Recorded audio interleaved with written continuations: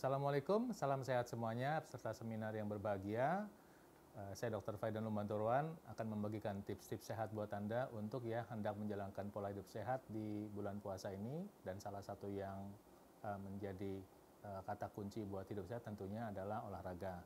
Oh ya, saya di sini untuk Anda untuk berbagi tips kesehatan yang bisa dipraktekkan langsung. Jadi nanti ketika Anda melihat materinya, mudah-mudahan Anda bisa langsung praktekin supaya hidup Anda lebih sehat, lebih bugar. Sebab kita nggak terlalu banyak teori ya. Kalau teori nanti di kampus kedokteran aja atau di ruang seminar yang ilmiah. Di sini kita praktek aja. Oke, perhatikan semua. Yuk kita akan mulai. Jadi mau bulan puasa, mau nggak bulan puasa, kalau mau hidup sehat ya kita harus menjalankan pola hidup sehat ya.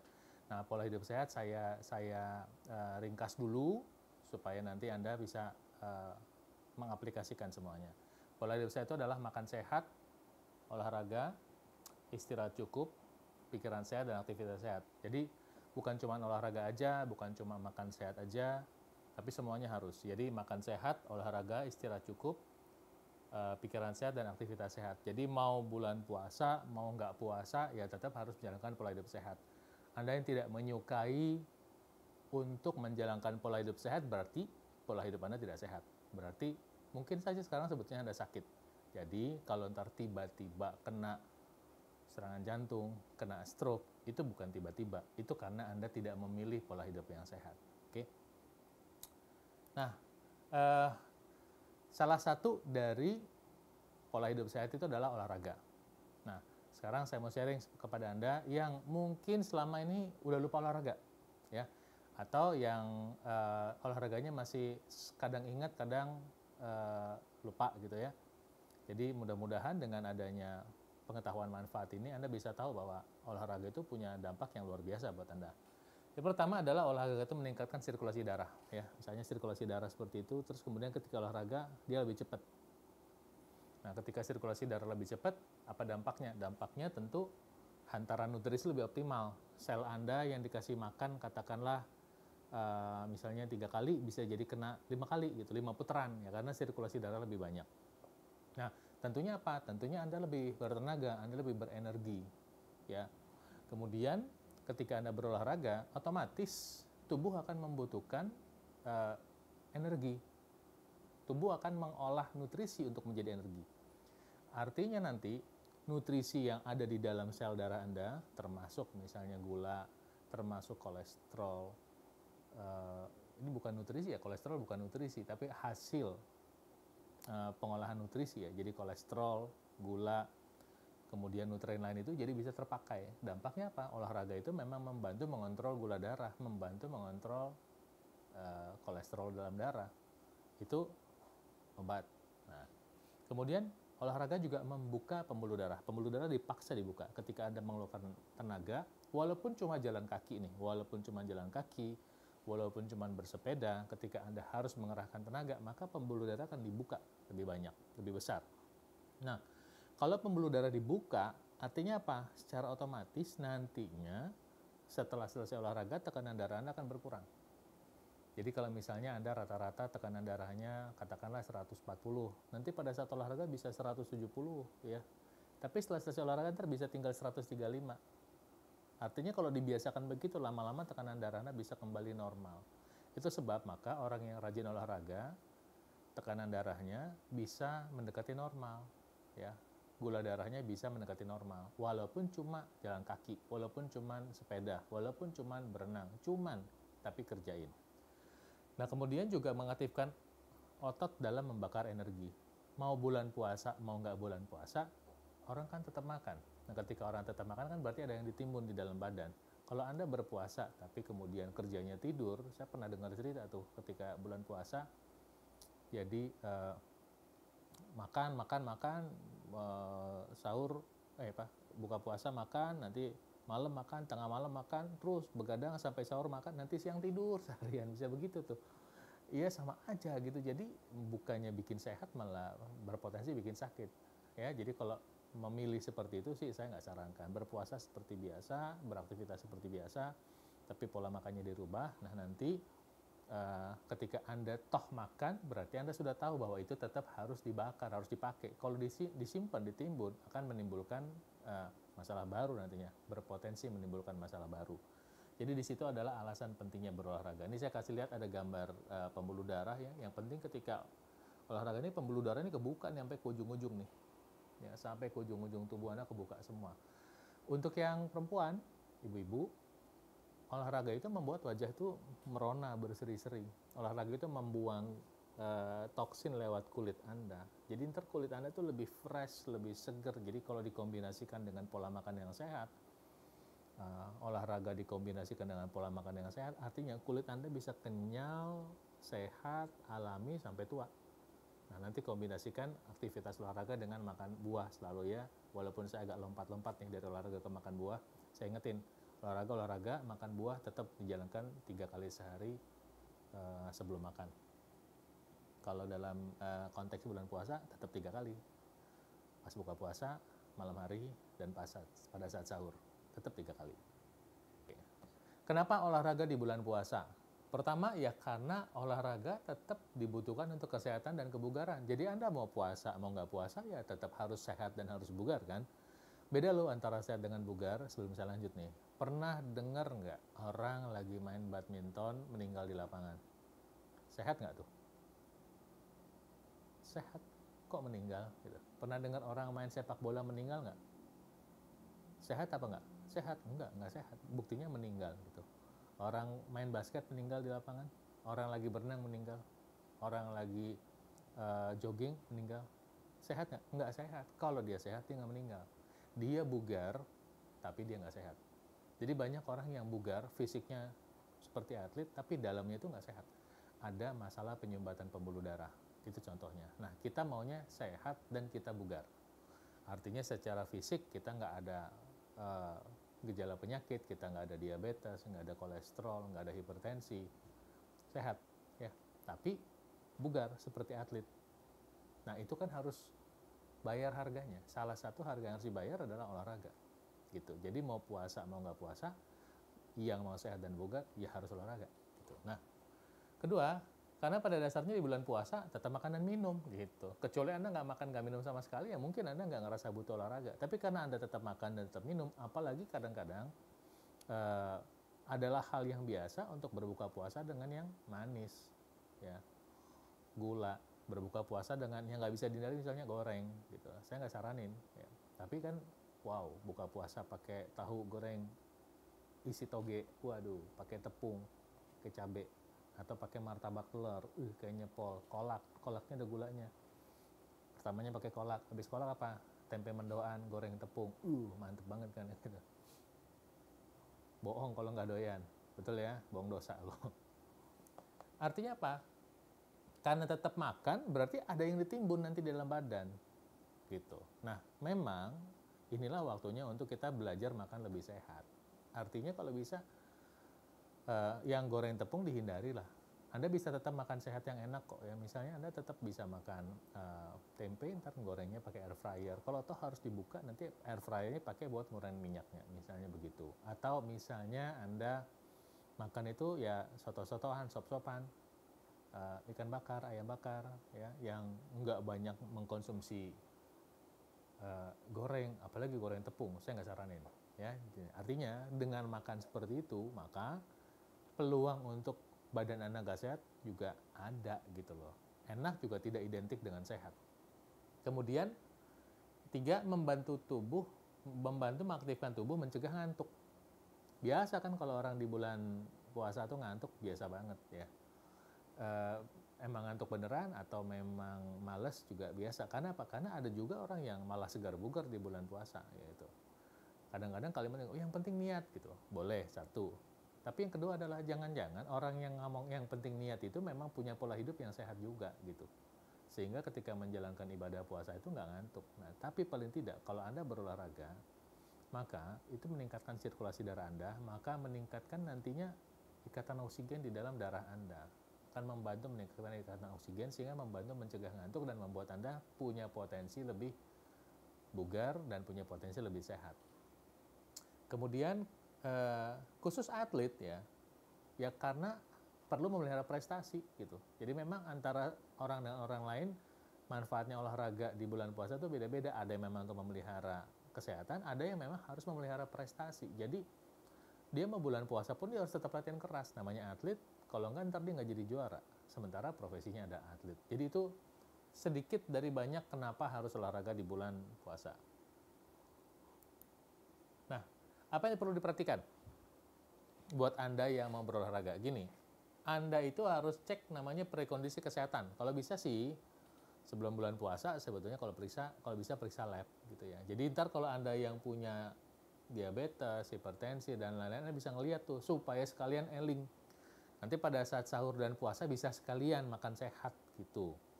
Nah, kenapa saya sarankan untuk memeriksakan pemeriksaan lab? Karena banyak sekali di dalam berbagai event saya, seminar, baik saya adakan sendiri atau saya diundang pun di berbagai institusi, bahkan pertemuan keluarga, ya beberapa pertemuan keluarga itu sering undang saya untuk family-nya, big family, yang memang punya masalah misalnya diabetes, hipertensi. Ternyata, biasanya tuh saya minta untuk periksa tuh. Suka ada tuh anggota keluarga yang kaget, loh kok ternyata saya diabetes. Atau peserta seminar ketika baik di kantor ya, saya minta periksa bareng-bareng nih. Jadi saya diundang sama institusi tertentu, saya minta kalau bisa periksa lab semua gitu. Ada yang sudah periksa lab gitu. Jadi yang memang dikasih ke saya yang memang sudah punya masalah, tapi ada juga yang ketika saya diundang dan saya mintakan periksa lab, mereka baru periksa lab. Apa yang terjadi? Banyak yang kaget. Wah, ternyata gula puasa saya 200, 300 gitu ya. Artinya apa? Ketika nanti Anda ternyata punya gejala diabetes, berarti Anda harus waspada dengan olahraga Anda. Jangan terlalu ngoyo, kemudian juga waspada dengan tanda-tanda hipoglikemi atau kadar gula darah yang turun, atau Anda ternyata punya hipertensi gitu. Karena hipertensi itu banyak sekali tanpa gejala. Tensi Anda 160, 170 kadang-kadang nggak terasa gitu. Ya. Kadang-kadang baru terasa berat ketika tensi Anda sudah 180, sudah 200 gitu. Tapi kadang-kadang pada tensi 160 itu Anda nggak merasa apa-apa. Nah itu kan bahaya. Bayangin Anda ternyata punya tensi 160, tiba-tiba Anda ingat dulu Anda adalah suka olahraga waktu masih kuliah, masih sekolah di sekolah menengah gitu. Wah Anda semangat, padahal Anda punya darah tinggi. Waduh, resiko stroke, betul kan?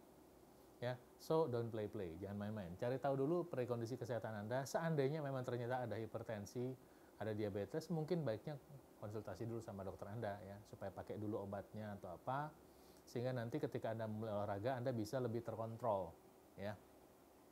Kemudian kondisi kebugaran dan usia. Artinya gini, ada yang mungkin Anda yang melihat acara saya usianya katakanlah 40 ya. Oke, masih oke 40. Tapi kalau Anda yang melihat acara saya usianya 60 dan sudah 30 tahun nggak pernah olahraga, kan berarti kan harus waspada gitu. Kenapa?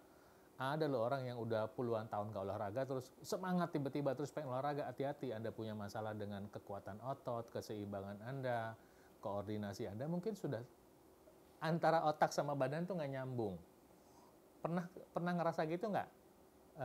Ibu-ibu, ada bapak-bapaknya nggak nih? Ibu-ibu semua barangkali ya. Pernah ngerasa nggak melakukan sesuatu nggak nyambung gitu? Atau Anda pernah main volley atau main bulu tangkis, dulu mungkin Anda lihai gitu ya, main bulu tangkis nih. Udah nggak main bulu tangkis 20 tahun.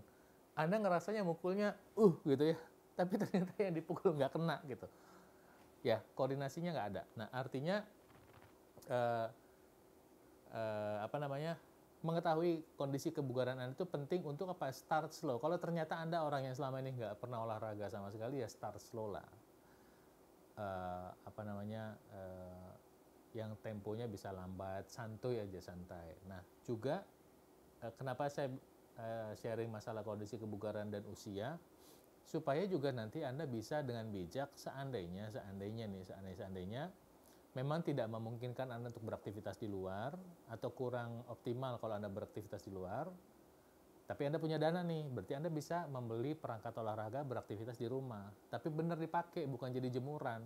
Karena banyak orang yang, bukan banyak lagi ya, saya punya pasien, saya punya klien, saya punya family client gitu ya. Jadi saya datang ke rumahnya untuk berkunjung, edukasi.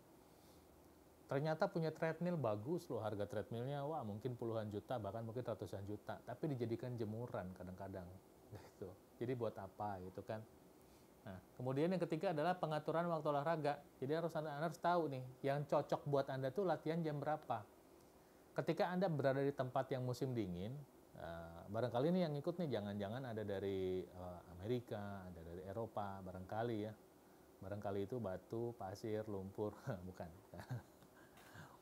Barangkali Anda di tempat yang hawanya dingin ya, misalnya Anda di Kota Bandung, misalnya sekarang Anda ada di mana tuh? Di Minahasa, di mana Minahasa? Di mana sih? Di Tomohon ya, kalau di Sulawesi Utara di Tomohon ya, atau Anda di Sumatera Utara, barangkali ya, aku nggak tahu. Kalau dingin, Anda mau olahraga pagi itu nggak apa-apa. Ya, Anda bisa tahan. Tapi kalau di tempat yang panas Anda olahraga, waduh itu nyiksa sekali. Ya, jadi atur waktunya pagi, siang, malam sesuai juga dengan aktivitas Anda. Kemudian sesuaikan dengan iklim, musim dingin, musim panas, dan lain-lain. Kemudian kondisi kebugaran otot dan sendi Anda. Waktu pilihan olahraga. Nah, waktu pilihan olahraga begini, kita ambil patokan nih, saya kasih gambar jam 6 nih. Ya, saya kasih gambar jam 6. Asumsi ya, bisa lebih, bisa kurang. Jadi nanti waktu pilihan olahraga itu individual, sesuai dengan suhu, kemudian ruangan, aktivitas secara umum seperti apa. Kenapa begini? Karena orang yang bugar itu mungkin bisa memilih jam 4 sore sampai jam 6 bisa. Gitu. Tapi kalau yang nggak bugar, habis buka puasa misalnya gitu ya. Kemudian saya sarankan startnya di hari kedua atau hari ketiga deh. Jangan di hari pertama.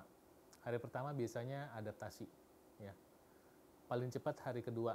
Kalau nggak ya mungkin hari ketiga baru Anda mulai berolahraga. Ya, supaya badan Anda bisa adaptasi dulu, baru Anda mulai beraktivitas. Nah, ini ada beberapa pilihan untuk waktunya. Ada orang yang cocok 30-60 menit menjelang berbuka di olahraga. Treadmill, main sepeda, ya, permainan ringan yang lain, boleh. Ada juga orang yang 30 menit sebelum berbuka, dia pemanasan, kemudian buka puasa, kemudian dia lanjut olahraganya yang lebih serius, sekitar 30-60 menit. Nah, ini biasa teman-teman yang suka beraktivitas di fitness center juga ada yang melakukan seperti ini.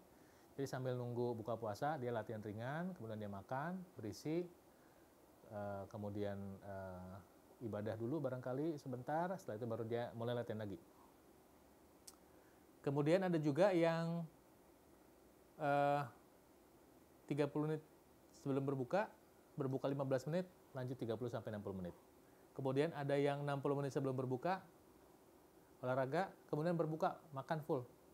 Kemudian mungkin tarawih dulu, dan lain-lain, istirahat dulu. Nanti dia olahraga lagi 2 jam setelah buka, jam 8 sampai jam 9, karena tuntutan mungkin sebagai atlet dan memang atau hobi, lakukan seperti itu. Jadi apa? Nanti ketika Anda melihat waktu pilihan ini, saya sarankan apa pilih yang terbaik dengan kondisi Anda. Ya, pilih yang terbaik dengan kondisi Anda. Nah, kemudian juga saya mengingatkan, barangkali ada yang punya masalah otot dan persendian ya harus diantisipasi ya. Nah, ini biasanya saya juga melakukan terapi ini pada pasien-pasien saya, klien saya. Memang saya muskuloskeletal ya, terapi muskuloskeletal. Misalnya ada yang punya masalah nyeri di pundak, di pinggang, nih back pain, ini sering kali dibilang saraf kejepit, padahal kebanyakan yang saya temui sebetulnya spasme aja di sini, ya. Dan ini memang sudah lama. Jadi kadang-kadang kalau masalah seperti ini kita terapi tuh nggak cukup sekali ini. Bisa 4-6 kali terapi untuk melonggarkan biasanya dari bawah sampai atas. Karena kadang-kadang bisa nyambung sampai ke daerah bokong sebelah sini. Nah, sakit di punggung seperti ini bagian sini ya. Bagian pinggang yang di atas. Sama ini juga, atau misalnya yang tennis elbow atau sakit lutut atau sakit di telapak kaki, kalau memang ada masalah sebaiknya diterapi dulu ya, nggak harus sama saya ya. Artinya bukan berarti saya paling bisa ini semua. Anda bisa ke fisioterapi juga, silakan untuk dibereskan masalahnya supaya Anda bisa berolahraga. Nah, banyak sekali orang yang melihat saya setelah saya paparkan ini baru menyadari betapa selama ini dia tuh jadi nggak mau olahraga sebetulnya gara-gara sakit. Nah, sakit ini seringkali memang banyak orang yang ketika diterapi itu tidak tuntas karena akar masalahnya ada di mana nggak diselesaikan. Ya. Artinya, saya sarankan kalau ada masalah seperti ini selesaikan supaya apa? Bukan hanya olahraga loh, ini saya bicaranya nih. Ketika masalah pada persendian kita beresin, ini masalah pergerakan Anda, masalah kualitas hidup Anda. kan kemudian satu lagi, kalau ternyata Anda punya masalah-masalah metabolik seperti katakan diabetes, hipertensi, pernah sakit jantung, pernah sakit stroke, ternyata Anda punya masalah nyeri pada persendian, gimana Anda bisa lebih sehat? Gitu. Nah, memang ini harus telaten, harus sabar untuk beresin ini masalah muskuloskeletal, karena ini bukan dikasih obat terus hilang, enggak. Akar masalahnya itu seringkali ada di lapisan otot yang dalam. Jadi memang yang kita lakukan, yang saya lakukan namanya deep massage ya, dalam, tapi memang pada orang-orang tertentu itu memang sensitif. Jadi diselesaikan. Artinya saya menyarankan Anda tadi pemeriksaan lab dulu, kemudian kalau ada masalah otot dan persendian, beresin dulu. Supaya Anda bisa menikmati hidup yang lebih sehat, salah satunya olahraga. Kemudian sebagai teman, olahraga, walaupun ini mungkin ada yang bicara juga, mungkin Anda mengikuti edukasi webinar atau seminar juga mungkin sudah pernah, tapi saya mengingatkan bahwa makan buah 2-3 kali sehari itu penting. Apalagi di era pandemi COVID. Karena buah-buahan itu banyak yang kayakan vitamin C, meningkatkan kekebalan tubuh. Tomat, paprika, apel, jambu biji, jeruk, mangga, paprika lagi nih, saya ulangin lagi, karena paprika beda-beda warna, kiwi, lemon menyebabkan virus sulit berkembang biak. Jadi olahraga, makan buahnya, karena buah mengandung vitamin C banyak nih. Nah, olahraga, vitamin C, saya ulang-ulang nih, olahraga, vitamin C. Vitamin C itu menyebabkan virus sulit berkembang biak. Olahraga meningkatkan pergerakan sel darah putih. Lihat ya, bergerak bekerjanya bersinergi. Kemudian ada buah yang membantu mengontrol gula darah. Jadi kalau Anda yang punya diabetes, mungkin Anda lebih memilih tomat. Lihat nih, buahnya ciri khasnya kurang manis ya. Tomat, paprika, apel, jambu biji, alpukat, kelapa, paprika, saya ulang karena paprika ada warnanya beda-beda, timun, dan pepaya. Khususnya timun nih, timun ya, ini membantu memperlambat kenaikan gula darah. Mantul ya, jadi olahraga membantu menurunkan gula darah, timun membantu memperlambat kenaikan gula darah. Kombinasi. Kemudian buah yang membantu mengontrol tekanan darah, tomat, paprika, apel, jambu biji, semangka, melon, timun, pisang. Membantu mengontrol tekanan darah. Sehingga ketika Anda olahraga, tekanan darah Anda setelah olahraga selesai bisa berkurang, ditambah dengan bantuan buah-buahannya akan lebih optimal lagi. Kemudian buah yang membantu mencegah dampak penuaan, ya khususnya buah-buahan yang berlemak nih. Buah zaitun, daging buah kelapa, buah alpukat, dan buah coklat. Ini adalah bahan baku otak. Lemak sehat itu bahan baku otak, sehingga otak Anda itu volumenya bagus. Nah, Anda makin tua tuh volume otak makin kecil. Ya kan? Kalau kecil nanti apa? Pikun. Kalau pikun nanti apa? Anda nggak bisa menikmati hidup, kemudian Anda bisa dijadikan bahan bercandaan loh. Kalau orang pikun tuh, hati-hati. Banyak orang yang cukup jahil untuk orang yang pikun malah diisengin. Ya. Saya nggak nakut-nakutin, ya. Saya membuka kenyataan. Jadi otak itu makin lama makin kecil. Nah, supaya nggak kecil, solusinya diapain? Digedein, kan gitu. Otak makin kecil, supaya nggak kecil, digedein. Nah, untuk gedein apa? Olahraga. Karena ketika olahraga, sirkulasi darah naik, volume otak mengembang. Nah, kemudian bahan baku otak adalah lemak sehat. Karena otak itu adalah lebih banyak lemak sebagai bahan baku selnya. Makanya Anda sangat membutuhkan lemak sehat. Saya minta Anda hindari goreng, tapi Anda konsumsi lemak sehat. Datangnya dari buah zaitun, buah kelapa, alpukat, buah coklat. Minyak zaitun juga boleh, minyak kelapa dalam bentuk VCO juga boleh, virgin coconut oil, alpukat, ya, oke. Alpukat sehat kok. Anda nggak usah takut sama alpukat. Alpukat itu tidak menyebabkan kolesterol naik. No. Yang bikin kolesterol masalah itu adalah gula di dalam alpukat dan teman-temannya kalau Anda makan alpukat. Misalnya mie ayam. Mie ayam itu sekali makan nggak apa-apa. Kombinasi nih mie ayam, roti, martabak, kue, berpuluh-puluh tahun menyebabkan liver Anda berlemak, fatty liver. Kalau Anda punya masalah fatty liver, kolesterol Anda bisa naik. Gitu. Jadi alpukat tidak pernah meningkatkan kolesterol. Justru alpukat membantu menurunkan kolesterol. Selama nanti waktu mengkonsumsinya nggak pakai gula pasir, nggak pakai gula cair, nggak pakai gula biang, pakai madu atau gula aren. Oke, nah ketika olahraga pun pola hidup sehat yang harus diikuti adalah apa? Konsumsi karbohidrat kompleks. Kenapa? Kalau Anda konsumsi karbohidrat kompleks nih, misalnya spaghetti, ya, daripada makan mie instan pakai spaghetti. Gula darah Anda lebih stabil kalau Anda bawa olahraga, stamina Anda lebih panjang. Kalau Anda pakai karbohidrat yang lebih kompleks, kans untuk nimbun masalah lemak di tubuh Anda lebih kecil. Kemudian seratnya lebih banyak. Ketika karbohidrat kompleks itu seratnya lebih banyak, artinya apa? Mengurangi risiko nantinya BAB-nya bermasalah. Karena banyak sekali orang di bulan puasa itu sembelit. Betul nggak ibu-ibu? Betul apa betul? Sembelit. Kenapa? Karena kurang serat. Kurang serat, kurang air, kurang gerak. 3 tuh. Ya. Kemudian stop goreng. Nah ini nih, ini makanan buka puasa paling enak sedunia nih. Betul apa betul? Cireng, tahu goreng isi, singkong goreng tepung, pisang goreng, pisang aroma, french fries, minumnya minuman cola, ayam goreng tepung, burger, udah stop deh. Namanya kan bulan puasa, ingin mengontrol hawa nafsu, termasuk nafsu makan gorengan. Ya, jadi ntar, ya lah dok, udah puasa seharian kok masih makannya begitu ya. Memang tujuan bulan puasa itu kok. Bukankah kita menahan hawa nafsu tuh 1 bulan penuh, bukan cuma pas puasa doang. Abis buka puasa terus bebas gitu melampiaskan nafsu. Enggak lah. Malah nggak dapat manfaat kesehatannya, saran saya ya. Oke, jadi stop goreng tapi konsumsi lemak sehat, tadi kita udah bahas. Pilih makan enak, tidak digoreng. Nah, contohnya kayak gini kan nggak digoreng. Betul nggak? Kita tinggal dikasih jeruk, ini membantu meningkatkan kekebalan, telur, sayur-sayuran semua, kentang. Ya taruh mihunnya sedikit oke lah. Tapi sumber karbohidrat utamanya dari kentang. Enak kan? Nggak digoreng kan? Kan gitu. Mau lagi yang lain? Ntar kita di webinar yang lain ya, kalau masih mau lagi yang lain. Karena saya topiknya sekarang fokusnya di olahraga, bukan di makanannya. Kalau ntar topiknya di makanannya, Anda ngiler.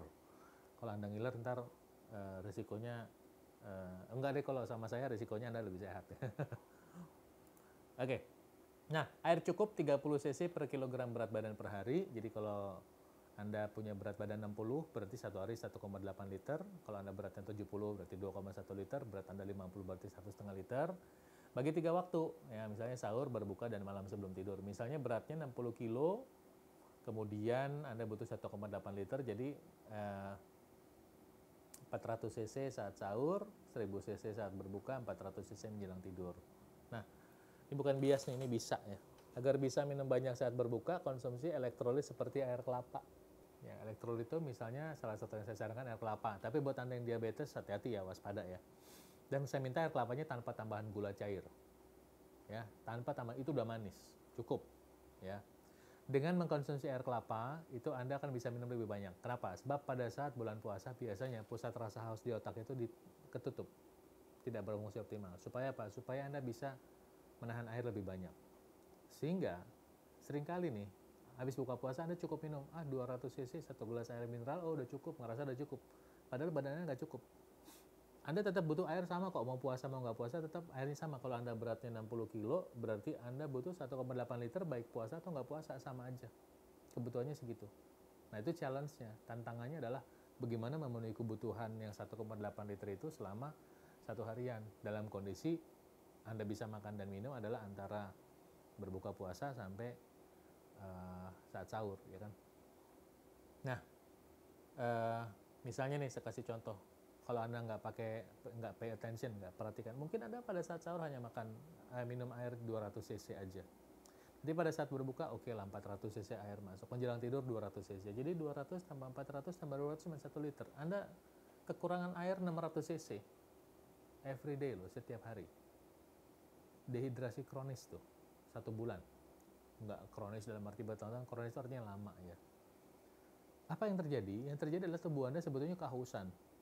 Nanti pada saat 1 Syawal, bermaaf-maafan, beranjang sana ke keluarga, mulai tuh ada makanan, ini, itu, Anda jadi pengen makan terus bawaannya. Salah satu yang menyebabkan orang pengen makan terus adalah ketika tubuh Anda haus, tapi Anda nggak penuhi dengan air, dan tubuh Anda bisa mengira itu adalah lapar. Coba ingat-ingat deh, yang sudah lalu. Pada saat 1 Syawal dan selanjutnya, coba makanan itu pagi, siang, sore, malam, cemal-cemil sana-sini, makan enak sama betul nggak? Ada yang selama bulan puasa beratnya turun 3 kilo, 1 Syawal naik lagi jadi 5 kilo. Jadi surplus 2 kilo. Sehat nggak tuh? Nggak sehat. Makanya angka kunjungan ke rumah sakit itu bertambah di bulan Syawal ke sana. Ya, kenapa? Salah satunya ya karena dehidrasi kronis ini. Jadi air putih itu cukup lah. Jadi Anda kalau buka puasa itu boleh nggak yang enak? Boleh lah. Tapi kalau Anda yang dibuka misalnya es campur, kan gula semua itu. Udah sama gulanya nggak sehat. Kebutuhan Anda akan air putih untuk membantu proses metabolisme itu juga nggak dapat gitu. Jadi Anda kalau udah minum es campur semangkok, katakanlah gitu, minum air putih lagi, ya paling seteguk 2 teguk lah. Betul apa betul? Ya. Saya nggak anti sama es campur ya, saya nggak anti sama es campur. Cuman yang saya menginginkan adalah Anda tetap harus mengkonsumsi air dalam takaran yang cukup.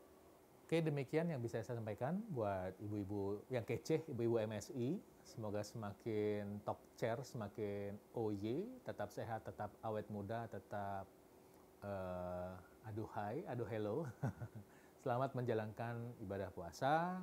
Semoga Anda mendapatkan manfaat baik spiritual, mental, maupun masalah fisikal, dan Anda bisa mendapatkan rezeki yang berlimpah tahun ini dan yang akan datang. Salam sehat untuk Anda. Kemudian ini kontak saya, Instagram saya dan HP saya, Anda boleh catat, difoto aja dulu kalau Anda lupa, difoto, track gitu ya, ntar kalau Anda mau konsultasi, mau apa, boleh. Demikian isi aktivitas kita hari ini, mudah-mudahan bermanfaat, salam sehat untuk Anda. Assalamualaikum.